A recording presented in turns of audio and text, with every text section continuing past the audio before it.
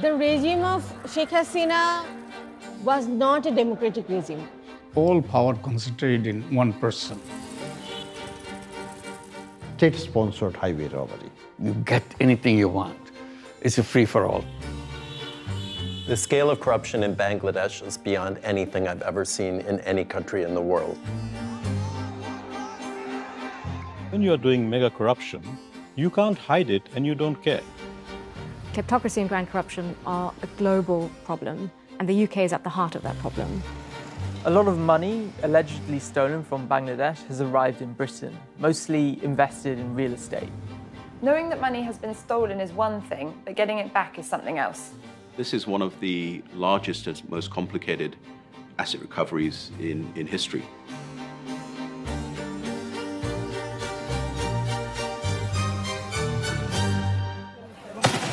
In the summer of 2024, frustration with the regime of Sheikh Hasina came to a head when the government came up with this jobs quota scheme that would have favored relatives of members of Hasina's party, the Awami League. Hasina was also becoming an increasingly tyrannical leader, jailing opponents en masse. My name is John Reed, and I'm the FT's South Asia Bureau Chief. So when you walk around Dhaka, you still see graffiti and protest art everywhere that was put up by the students a year ago during the uprising against Hasina. It's quite something to see. I'm Rafia Rehnuma Ridi. I was a coordinator of anti-discriminatory student movement.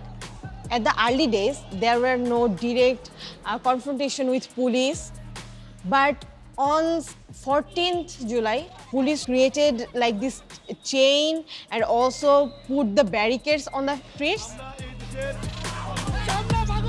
My name is Rizwan Ahmed Rifat. I was one of the coordinators of Students Against Discrimination. Police, together with the ruling party's armed cadres, pounded upon the protesters with live ammunition, with sniper shot, with shell rounds from helicopter. I was on the streets armed with sticks and stones. So the crunch point came on August 5th. That's when police refused to fire on protesters, and Hasina was forced to flee into exile in India. The UN estimates that around 1,400 people died during the protests, but thousands more went missing or were injured, and the real toll is not really known. So even today, Hasina's supporters deny that she had anything to do with the violence. There are a few different theories going around, but one of the most interesting that I've heard from a senior Awami League figure is that Islamists posed as members of the Awami League student wing in order to then incite violence and lead to this sort of wider protest movement that then led to Sheikh Hasina's downfall. I've not seen any evidence to support these claims whatsoever. People were also getting disgusted with the level of corruption coming from Hasina and her circle, especially around the large amounts of money that they were rumored to be taking out of the country and spiriting away abroad. A lot of money allegedly stolen from Bangladesh has ended up in the UK.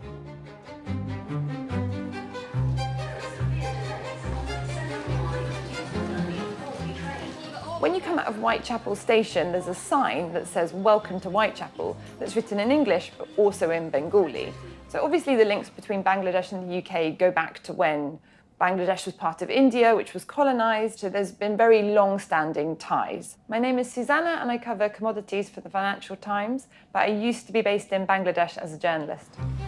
The connections back and forth are very strong. That makes the UK a natural place for Bangladeshis to invest. The UK is also a natural place for many people in the world to invest, but all the more so if you've already got links. It's tempting for us to think of kleptocracy and grand corruption as something that happens far away. But the important thing is to understand that kleptocracy and grand corruption are a global problem, and the UK is at the heart of that problem. My name is Helen Taylor, and I'm the Deputy Director at Spotlight on Corruption.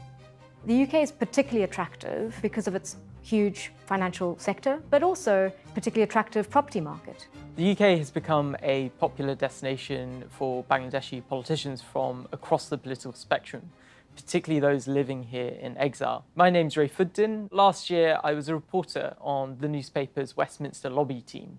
We had been investigating the ties between UK political parties and large donors when Bangladesh launched a probe into Sheikh Hasina and her family.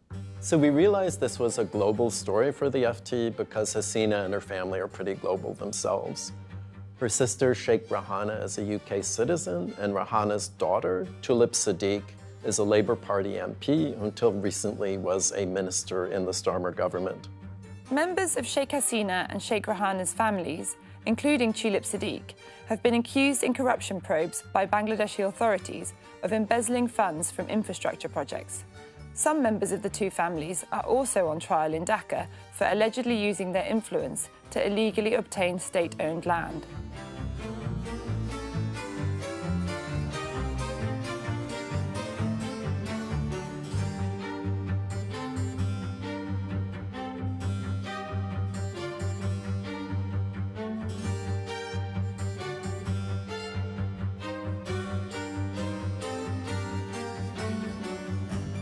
There had been many questions about Tulip Siddiq in recent years, which all raised doubts about the compatibility of her role as the minister with responsibility for anti-corruption in the city at a time when there are allegations that her family had siphoned funds from an impoverished country.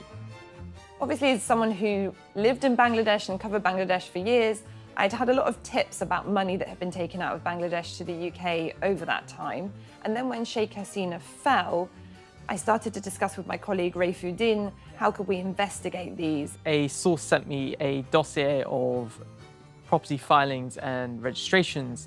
One of these filings stood out. It was an apartment in a block of flats in London's trendy King's Cross that Siddiq had come to acquire in the early 2000s when she couldn't have been more than 22 years old. That this property had been transferred to Siddiq by a property developer. We found out that he had ties to the former Bangladeshi regime. Now, this really sparked the investigation into Tulip Siddiq, which partly contributed to her having to resign earlier this year. It's a completely politically motivated smear campaign trying to harass me. There is no evidence that I've done anything wrong. The FT's investigation into Tulip Siddiq was one part of a much bigger jigsaw that explored hundreds of properties tied to the former Bangladeshi regime. One person in particular, Saifuzman Chowdhury, the land minister, we found owned more than 300 properties in the UK. It's extraordinary that he managed to buy 300 properties, at the least, in the UK. This is a cabinet minister in one of the poorest countries in the world, where you're not allowed to take out more than $12,000 out of the country. The National Crime Agency has identified and frozen 350 properties, which tallies with the FT's investigation, which found more than 300 of those properties. Saifuzman Chowdhury hasn't responded to any questions put to him by the Financial Times. During the rule of Sheikh Hasina's regime between 2009 and 2023, the interim government now estimates that up to $16 billion could have been siphoned out the country every year.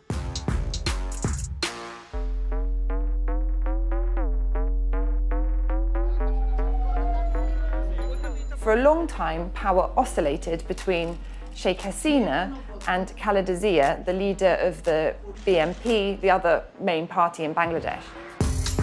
And then in 2008, in December, there was an election that re-elected Sheikh Hasina, and this really changed the trajectory of Bangladesh. I'm Badiul Alam Majumdar. Previously, I was head of the Electoral Reform Commission. During Hasina's time in power, my home was attacked. The American ambassador came to our home for a farewell dinner.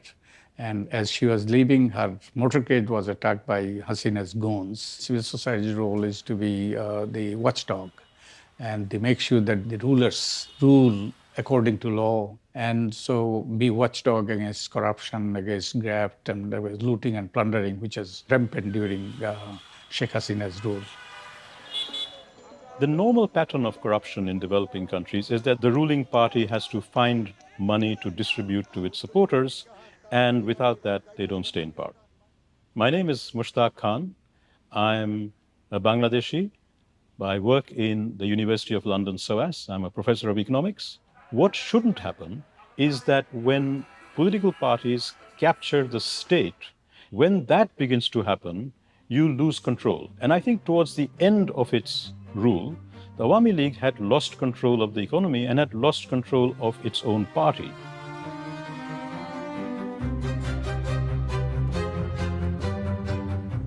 Some of the things that happened under the old regime are like a movie plot.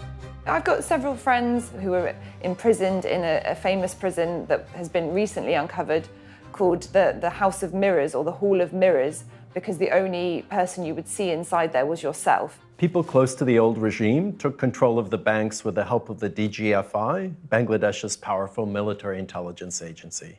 I am Muhammad Abdul Mannan. I had to resign from Islami Bank Bangladesh Limited under pressure. Our first board meeting in 2017 was supposed to be held in the boardroom of our bank, as we do always. It was said that it is not safe. My car was routed to the DGFI headquarters. I had to meet the chief of DGFI, General Akbar. He told me that the highest authority wants that I resign. When he said the highest authority, who do you think he meant? It is the Prime Minister. We heard stories of bank directors being taken away, in some cases at gunpoint, by intelligence officials and being forced to resign their positions after signing over their shares to people close to the old regime. It's an amazing thing, what they did. They simply removed the board on gunpoint and produced their own board, take over. Then issue loans to their cronies, loans quote unquote. Everybody knew that you don't have to pay it back. One of the best ways to quantify the impact of this banking takeover is looking at non-performing loans and the rates of those, particularly after banks were taken over. And with state-owned banks, the rate of non-performing loans was already very high. Now, with a bank like Islami Bank, it really escalated after the takeover. In theory, no family could have more than 10% of a bank, but in reality, a number of these groups controlled not just one bank, but multiple banks, and used their control of the banks to effectively award themselves loans. These fraudulent loans were being approved often to fictitious companies or even individuals who had no collateral or means to pay back these loans. Salam Group is owned by Mohammed Saiful Alam, who is a tycoon, you could say, in Bangladesh. The interim government estimates that Saiful Alam or Salam and the group took out around 10 billion or maybe more from Bangladesh. Salam has said this is categorically untrue. In terms of how the money went overseas, broadly speaking, there is both over-invoicing, putting a much larger amount for those imports than the actual amounts going overseas, and under-invoicing, so they're bringing back less money from overseas earnings than expected. Another major area was informal channels. There's this thing called hundi, which is very similar to what's known in other parts of the world as hawala, which is an informal way of transferring money. If I want to transfer money from London to Bangladesh, I give money to an agent here, and then that money is cashed out at the other end in Bangladesh by an agent there, minus the commission, and they settle that bill separately, but no money actually moves. Now, this can be legitimate or it can be illegitimate as a way to move laundered money. Bangladesh, like actually a number of other developing countries, have capital controls. Individuals are not allowed to take out more than $12,000 without permission from the central bank. Once the loan has been issued and everyone's taken their cut and it's never being paid back to the bank, that's where the hundi network comes in. Hundi is often used to move remittance money from the UK to Bangladesh, but it can also be used to move money from Bangladesh to the UK, and it can happen at a really big scale. And one estimate, they looted $234 billion in both from the banking sector and business sector in different ways. This is probably the biggest money plundering from any country in the world. One of the things Bangladesh's Anti-Corruption Commission is looking into are allegations that people tied to the old regime skimmed funds from big infrastructure projects. One is the Padma Bridge project, which the World Bank declined to lend to because of corruption concerns. And another one was Bangladesh's first ever nuclear power plant.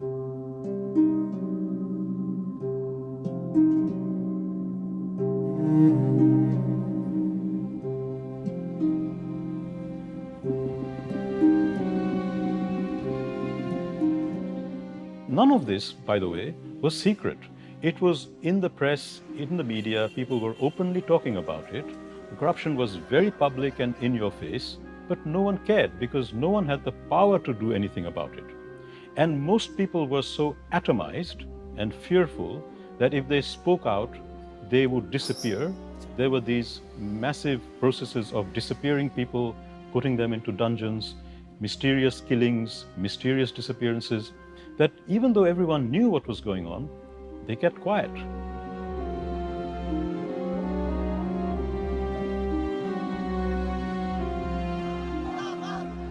When Sheikh Hasina was forced to flee Bangladesh and go to India, there was a power vacuum, and Muhammad Yunus was asked to step in. He's a Nobel Prize-winning economist and the father of microlending, and also really disliked by Sheikh Hasina.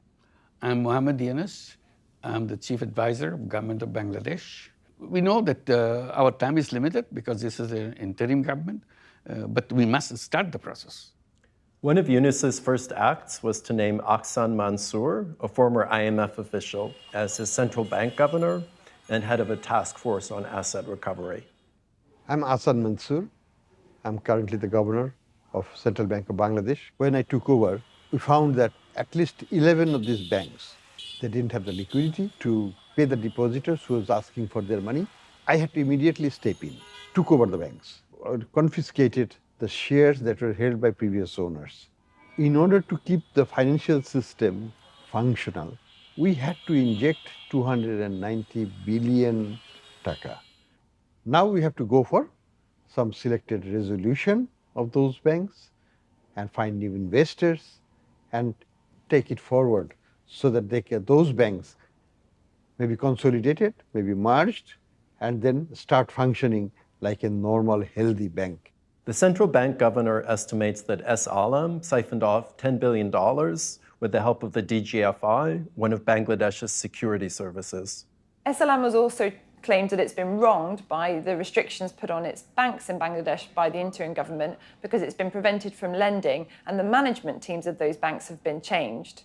So S. Alam Group claims to be the victim in all this.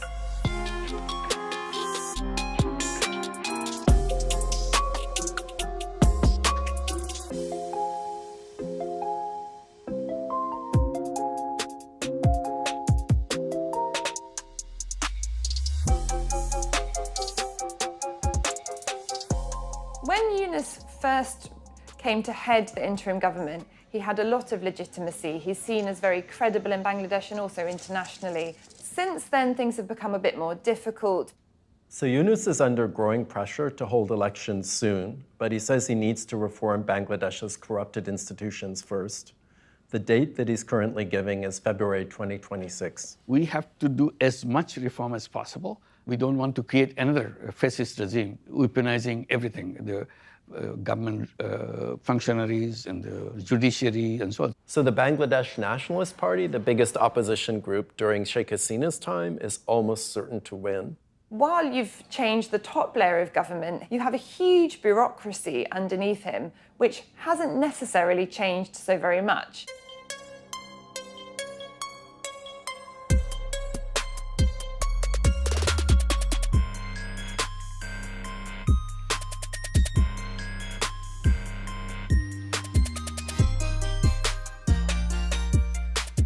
When you steal billions of dollars or hundreds of millions, you actually can afford to hire the very best financial structurers and financial advisors and legal experts in the world to help you move and hide your money. My name is Ifti Islam. I'm an advisor, a consultant to the governor of Bangladesh Bank and to the Asset Recovery Task Force. So Bangladesh is struggling with a lack of experts with enough skills to lay the groundwork for prosecutions that might bring some of this money back. One of the challenges for the Asset Recovery Task Force is that this has been something that people that stole those assets have been planning for a long time. You can't recover money unless you know where it's gone to. One of the problems of asset recovery is that often it involves settlements, essentially cut a deal with the tycoon or whoever stole the cash and got it out of the country.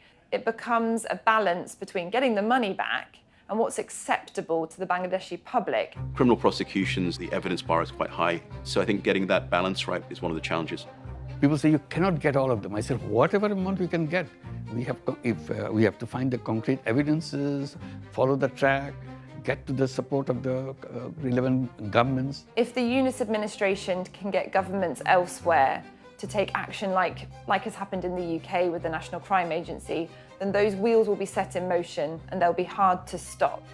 I think in terms of Bangladesh, a big question mark remains over how much power and influence these conglomerates that allegedly took this cash out in the first place under Sheikh Hasina, they will have over any future government, and that will dictate whether corruption continues to be pervasive in the country.